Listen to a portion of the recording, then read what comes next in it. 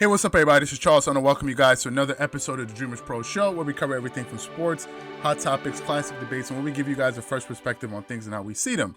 And in today's episode, the topic is, was Paul George and his teammates right about Doc Rivers? So that's the topic I want to get into in today's video. But before we get into that, I want you guys to please make sure you go ahead and hit the like button, hit the subscribe button, hit the notification bell to be notified whenever we drop our content. Also, be sure to check out our Dreamerspro Podcast, which is linked in the description below, and also be on the lookout sometime this month when we launch our Dreamerspro website, dreamerspro.com. So we're really excited about that. So please be on the lookout for that. But obviously, we'll let you guys know before it goes live. So anyway, excuse me. Let's get into this topic here. So a lot has been made of the comments that Paul George made on All the Smoke podcast, that was a show hosted by Steven Jackson and Matt Barnes, about his experience in the playoffs last season. If you haven't heard what he said, I want you guys to take a listen to this audio of him speaking about that. So take a listen to that. Getting a rhythm, getting a flow, working on my game. The timing right. The timing right. So when I came back into the league and started playing again, I just felt off. Like I didn't feel like a part of the team. And then, the way I was being used, I felt like I was, Doc was trying to play me as like a Ray Allen or like a JJ Redick, like all pin downs, all like, I can do it, but that ain't my game, right? You know what I mean? I need some flow. I need some mixes of pick and rolls. I need some post-ups. All that. Just different touches, you know what I mean? And so it was just, that last season was just hard. How tough was it going in and having that lead on Denver and then seeing them walk y'all down and walk y'all out pretty much? Yeah, it was tough because, we was confident. We felt like, we went up 3-1. We felt like, we going to win the next one. We lost. We like, cool. We up 3-2. We going to win the next one. We lost. But during that whole process, like we never worked on adjustments. We never worked on what to do differently. We just literally having the same shit happen over and over again. So now in that soundbite, he was asked about, the reason the team collapsed in the playoffs and why he didn't perform so well. And as you heard him say, he explained the way that he was being utilized by the coach wasn't necessarily something he enjoyed doing. He's a rhythm player, but they were using him on pin downs and catching and shooting situations. It said it's something that he can do, but he doesn't get a rhythm that way, right? And he was scrutinized. He came under a lot of criticism for his comments. A lot of people say he threw his coach under the bus, Shannon Sharpe. You can't really take Shannon Sharpe too seriously because any negative news about the Clippers, he would jump on. That's him because he's a Lakers supporter. So I take his criticism with a grain of salt. However, other people have criticized him for what he said, especially Kendrick Perkins.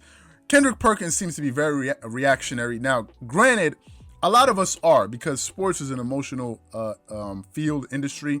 So a lot of the things that we do are driven by emotion, which I totally understand. But a lot of people came down on him for saying, but did that have to do with the reason why you hit the side of the backboard and all of this and all of that? And people have been going off on Paul George ever since, and it seems like he seems like one of these people that no matter what he says, it rubs people the wrong way. Now, if we look at his production last season, there is some merit to that, where some people have a legitimate gripe with the guy. Now, listen, his numbers last season were this: he averaged 21.5 points per game. He got you at 1.4 steals, 3.9 assists, which is okay, 5.2 rebounds. He shot 41% from the three-point line and 44% from the field.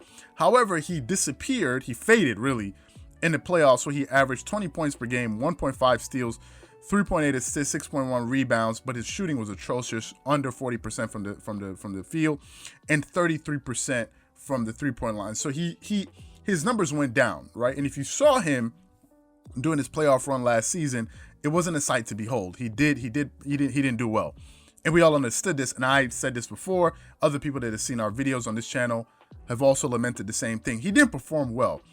No one is going to absolve him of his lackluster performance in the playoffs last season. No one at all, certainly not me. However, if you ask him a question for him to explain to you from his own vantage point about what went wrong, and he says something you didn't like, then, what do you want from the guy? Do you want him to say what you want to hear, or do you want him to tell you the truth?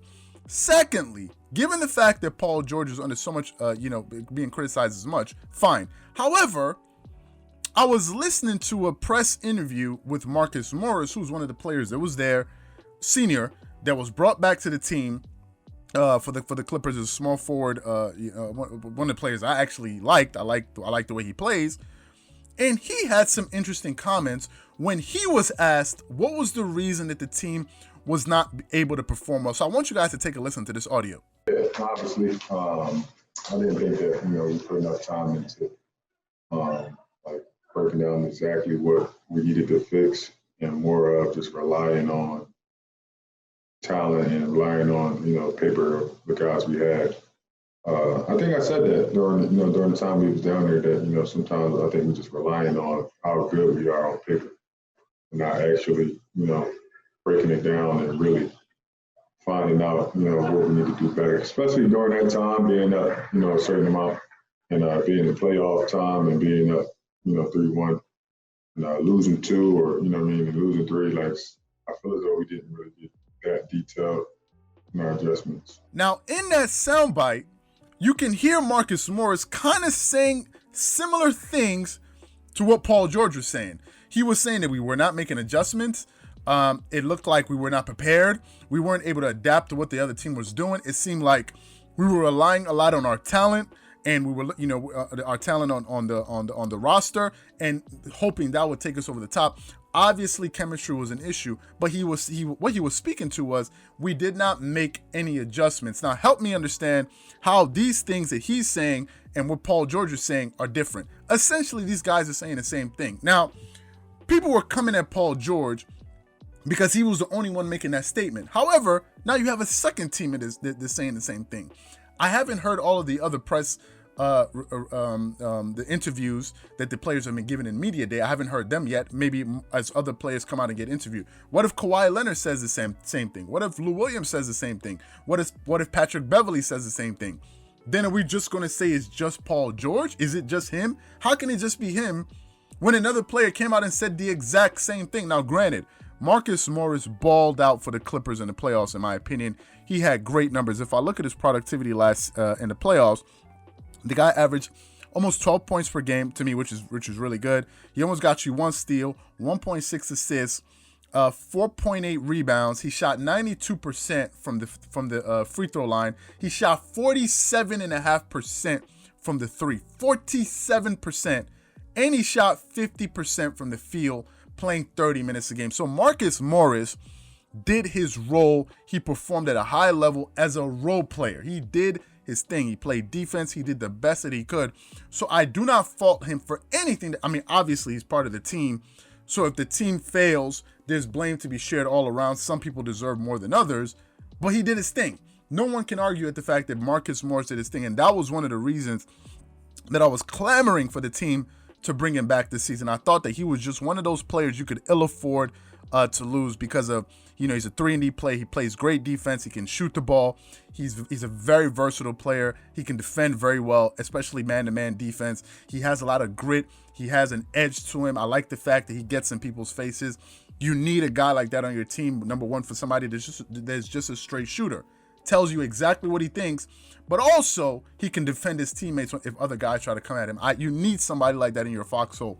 If you're playing on a team, on any kind of competitive, team-oriented thing, you want somebody like that on your team. So for me, I thought he was a great addition to the team, and I'm glad that they kept him and they signed him for the next 2 years. However, as I said before, if other players are saying the same thing, why are we coming down so hard on Paul George? Granted, he did not play well in the playoffs. We all concede that fact. But what he's saying is the same thing other people are saying. And I think a lot of people came down on him, but now it looks like other players are saying the same thing. And it seems like there may be some truth to what he's saying. So what I want to know from you guys is, do you think it's fair to criticize Paul George solely when other players are now beginning to say the same thing? Or do you think, hey, listen, given the fact that he underperformed in the playoffs, he deserves to be continued. He deserves to get continued criticism until he's able to redeem himself moving forward. So whatever you guys think, please leave your thoughts and comments in the comment section below. Again, if you enjoyed the video, please make sure you go ahead and hit the like button, hit the subscribe button, and hit the notification bell to be notified whenever we drop our content. Also, be sure to check out some of our other videos on this channel if you enjoyed this video. Once again, this is Charles here from Dreamerspro. Wishing you guys an amazing day. Peace.